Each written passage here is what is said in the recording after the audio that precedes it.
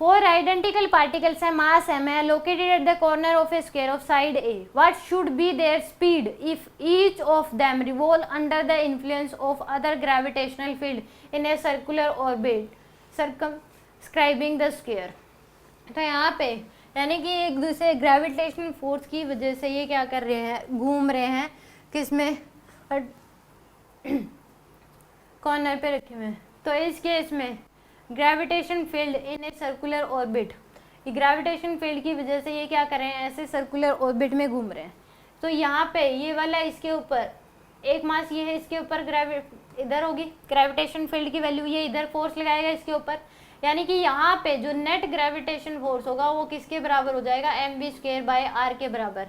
r जो इनका ये रेडियस होगा, रेडियस जो दे रखा है वो साइड a है, तो ये क्या हो जाएगी, स्क्वायर है, तो ये क्या होगी a/2 होगा, क्या हो जाएगी आपके पास a/2।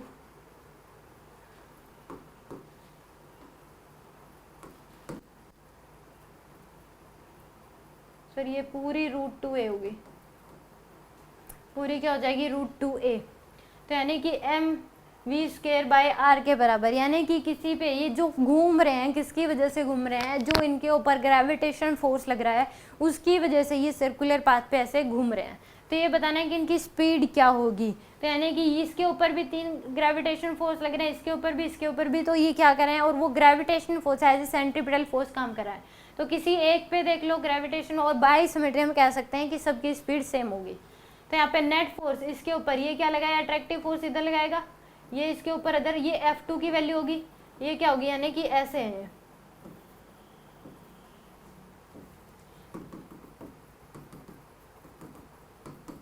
तो ये इसके ऊपर फोर्स लगाएगा इधर F1 का, ये इधर लगाएगा इस पे F2, और ये भी क्या लगाएगा इधर F2, क्योंकि इन दोनों की डिस्टेंस बराबर है, मास बराबर है F2 और F2 क्या होंगे बराबर।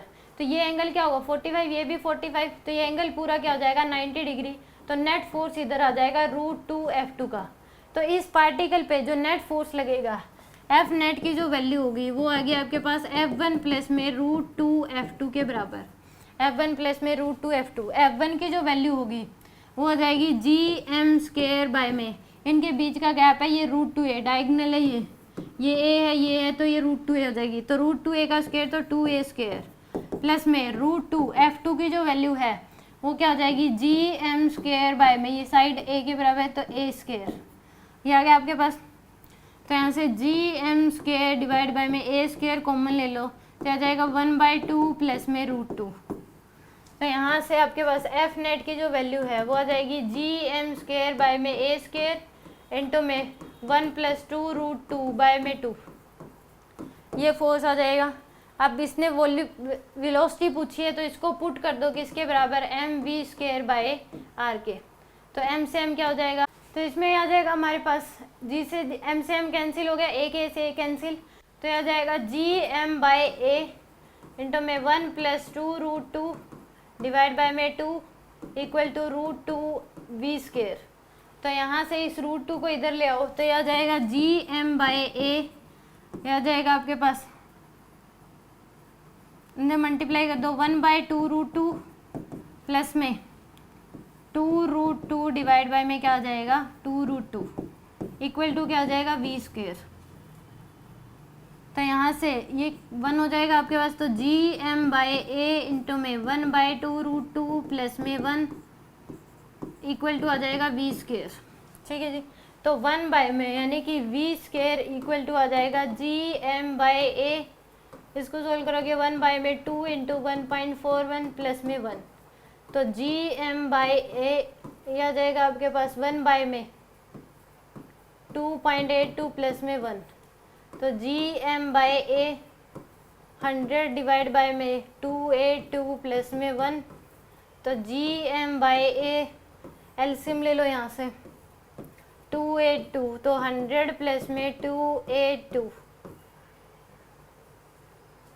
तो वैल्यू आ जाएगी gm बाय a इंटू में 382 डिवाइड बाय में 282, ये आ गया बस। तो यहाँ से आप डिवाइड करोगे 382 डिवाइड बाय में 282, तो यार 1.35, कितना आ जाएगा 1.35, तो आ जाएगा G M by A into में 1.35 इक्वल टू वी स्केयर है, इक्वल टू क्या आ गया वी स्केयर। तो अंडर रूट 1.35 इसकी वैल्यू आ जाएगी आपके पास अंडर रूट 1.35 तो 1.16। तो यहाँ पे ये वैल्यू आएगी 1.16।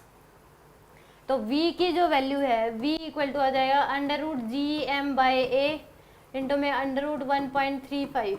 तो v की वैल्यू आ जाएगी 1.16 under root G M by A. तो यानी कि आंसर डी ऑप्शन क्या होगा इसमें करेक्ट होगा।